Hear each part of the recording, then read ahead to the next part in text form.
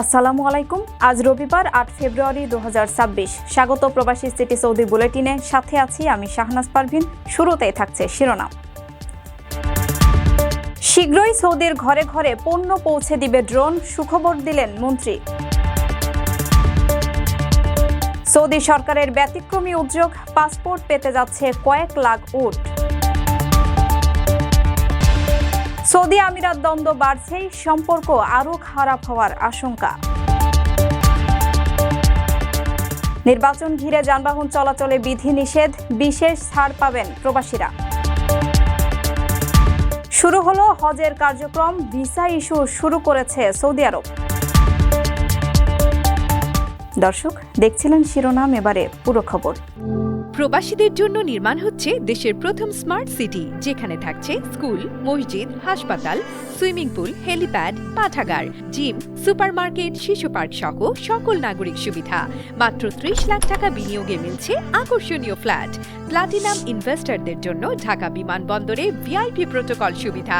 বিস্তারিত জানতে যোগাযোগ করুন স্ক্রিনে দেয়া হোয়াটসঅ্যাপ অথবা ইমো নাম্বারে। সৌদি আরবে পণ্য ডেলিভারিতে যোগ হচ্ছে নতুন মাত্রা। এখন থেকে আর যানজটে আটকা পড়তে হবে না।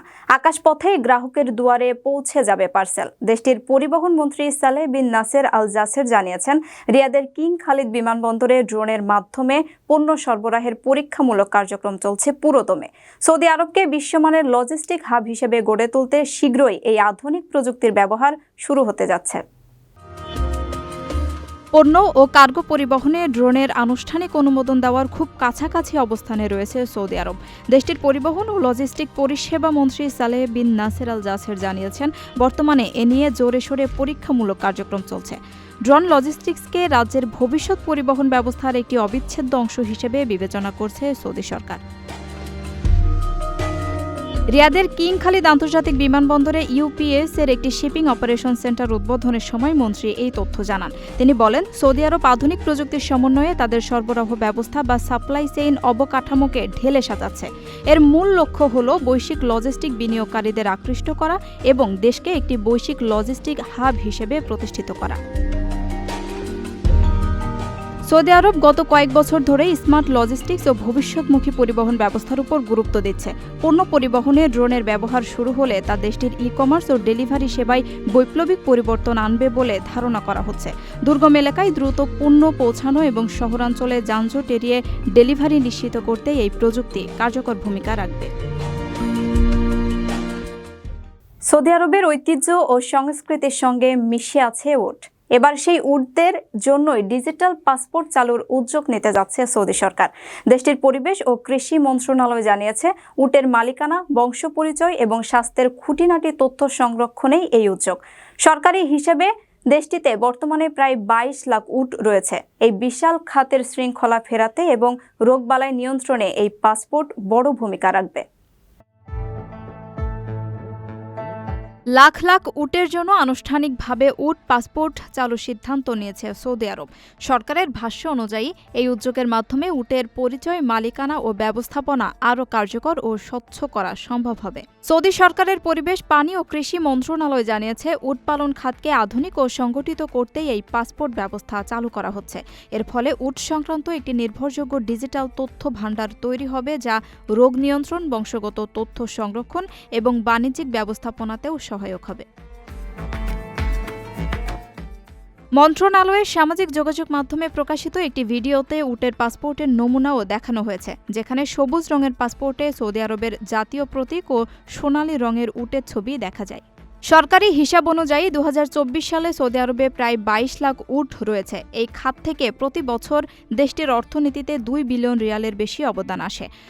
আরব নিউজের তথ্য অনুযায়ী বিশ্বজুড়ে প্রায় ৩.৫ কোটি উট রয়েছে, যার মধ্যে ১,৭০,০০,০০০ আরব বিশ্বে। উটের সংখ্যায় শীর্ষে রয়েছে সোমালিয়া, এরপর রয়েছে সুদান, মৌরিতানিয়া, সৌদি আরব ও ইয়েমেন। উট সৌদি আরবের জাতীয় প্রতীকের গুরুত্বপূর্ণ অংশ। দেশটিতে নিয়মিত উটের সৌন্দর্য প্রতিযোগিতা ও প্রদর্শনীর আয়োজন করা হয়, যেখানে সেরা উটগুলোকে পুরস্কৃত করা হয়। জাতীয় দিবস ও বিশেষ রাষ্ট্রীয় অনুষ্ঠানে উটের উপস্থিতি যেন অপরিহার্য। গবেষণায় আরও দেখা গেছে, সৌদি আরবের পাওয়া পাথরে খোদাই করা উটের ভাস্কর্যগুলো বিশ্বের প্রাচীনতম শিলাচিত্রগুলোর একটি হতে পারে। 2021 সালে প্রকাশিত এক গবেষণায় এসব ভাস্কর্যের বয়স 7 থেকে 8,000 বছর বলে নির্ধারণ করা হয়, যা মিশরে গিজার পিরামিডের চেয়েও প্রাচীন। যদিও আধুনিক যুগে পরিবহনের ক্ষেত্রে উটের ব্যবহার অনেক কমে গেছে, তবুও সৌদি আরব সহ উপসাগরীয় দেশগুলোর সঙ্গে উটের ঐতিহাসিক, সাংস্কৃতিক ও আবেগী সম্পর্ক আজও অটুট। আর সেই ঐতিহ্যের ধারাবাহিকতায় এবার উট পাচ্ছে নিজস্ব পাসপোর্ট।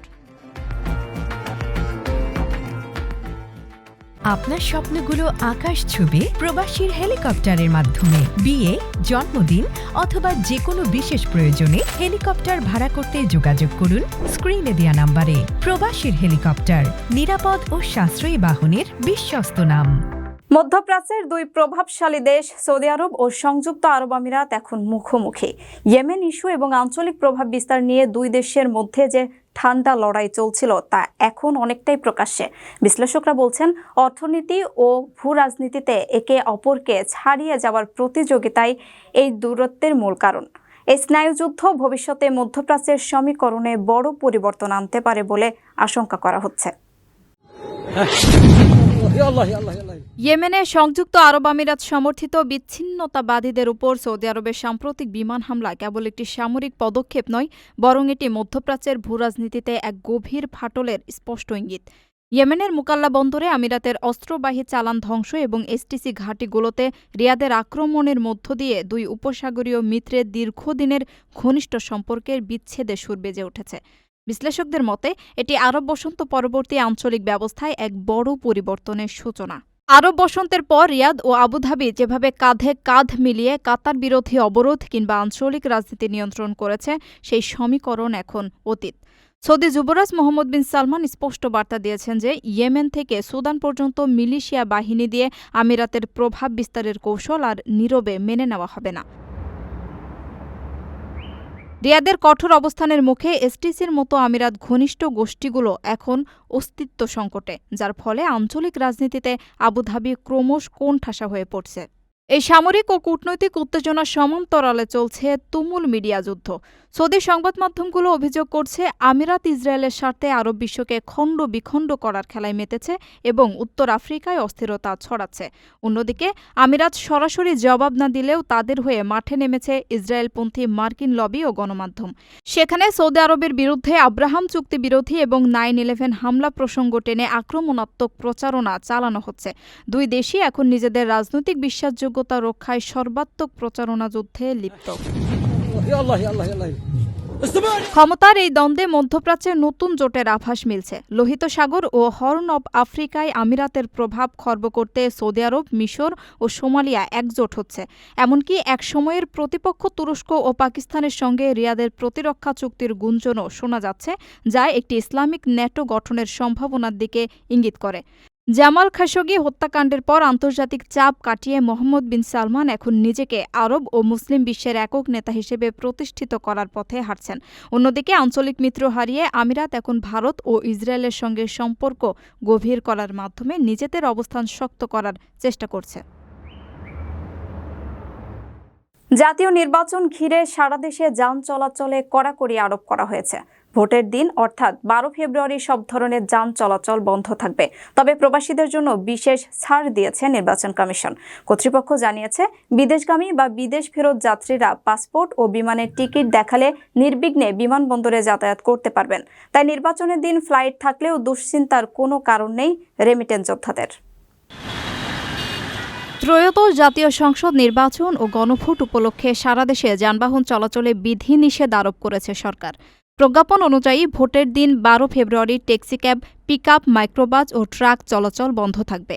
এই নিষেধাজ্ঞা কার্যকর হবে 11 ফেব্রুয়ারি দিবাগত রাত 12টা থেকে 12 ফেব্রুয়ারি দিবাগত রাত 12টা পর্যন্ত, অর্থাৎ টানা 24 ঘণ্টা। এর পাশাপাশি মোটরসাইকেল চলাচলের উপর আরও কঠোর বিধিনিষেধ আরোপ করা হয়েছে। 10 ফেব্রুয়ারি দিবাগত রাত 12টা থেকে 13 ফেব্রুয়ারি দিবাগত রাত 12টা পর্যন্ত মোট 72 ঘণ্টা সারা দেশে মোটরসাইকেল চলাচল সম্পূর্ণ বন্ধ থাকবে। তবে জরুরি প্রয়োজন ও নির্বাচন সংশ্লিষ্ট কাজে নিয়োজিত বিভিন্ন ক্ষেত্রে এই বিধি নিষেধ শিথিল রাখা হয়েছে। বিদেশগামী ও বিদেশ ফেরত যাত্রীদের জন্য বিশেষ ছাড় রাখা হয়েছে। পাসপোর্ট ও টিকিট সহ প্রয়োজনীয় প্রমাণপত্র প্রদর্শন সাপেক্ষে বিমানবন্দর যাতায়াতে কোনো বাধা থাকবে না। দূরপাল্লার যাত্রীবাহী পরিবহন এবং স্থানীয় পর্যায়ে প্রয়োজনীয় চলাচলেও শিথিলতা থাকবে। প্রবাসীদের জন্য নির্মাণ হচ্ছে দেশের প্রথম স্মার্ট সিটি, যেখানে থাকছে স্কুল, মসজিদ, হাসপাতাল, সুইমিং পুল, হেলিপ্যাড, পাঠাগার, জিম, সুপারমার্কেট, শিশু পার্ক সহ সকল নাগরিক সুবিধা।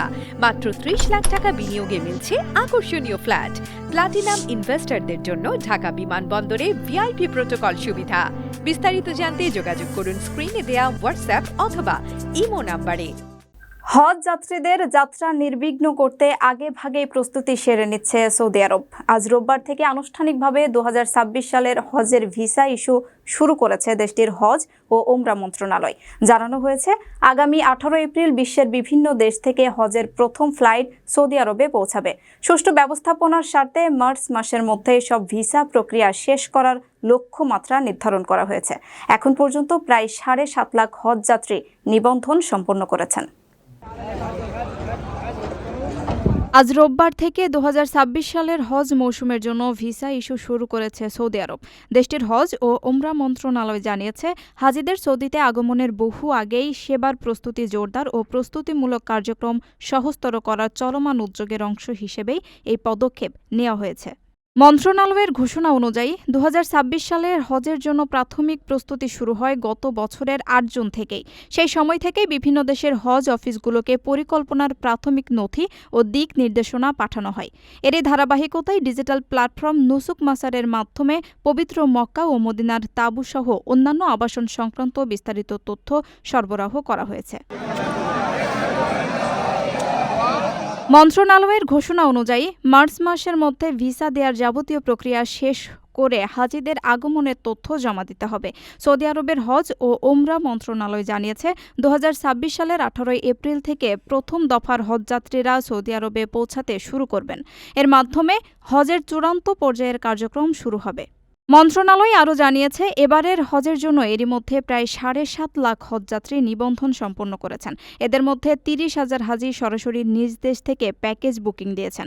এক বিবৃতিতে মন্ত্রণালয় হজ বিষয়ক দফতর ও সেবা প্রদানকারীদের অনুমোদিত সময়সূচি পুরোপুরি অনুসরণ করার আহ্বান জানিয়েছে। এতে বলা হয়েছে, নিরাপদ, সুশৃঙ্খল ও মর্যাদাপূর্ণ হজ নিশ্চিত করতে আগাম পরিকল্পনা অত্যন্ত গুরুত্বপূর্ণ। দর্শক, দেখছিলেন প্রবাসী সিটি সৌদি বুলেটিন। শেষ করার আগে শিরোনামগুলো জানিয়ে দিচ্ছি আরও একবার। শীঘ্রই সৌদির ঘরে ঘরে পণ্য পৌঁছে দিবে ড্রোন, সুখবর দিলেন মন্ত্রী। সৌদি সরকারের ব্যতিক্রমী উদ্যোগ, পাসপোর্ট পেতে যাচ্ছে কয়েক লাখ উট। সৌদি আমিরাত দ্বন্দ্ব বাড়ছেই, সম্পর্ক আরও খারাপ হওয়ার আশঙ্কা।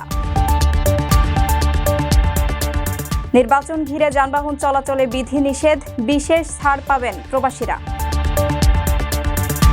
শুরু হলো হজের কার্যক্রম, ভিসা ইস্যু শুরু করেছে সৌদি আরব।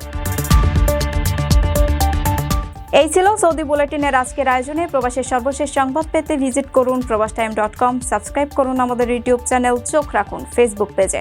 পরবর্তী বুলেটিন দেখার আমন্ত্রণ জানিয়ে আজকের মতো বিদায় নিচ্ছি আমি শাহনাজ পারভিন।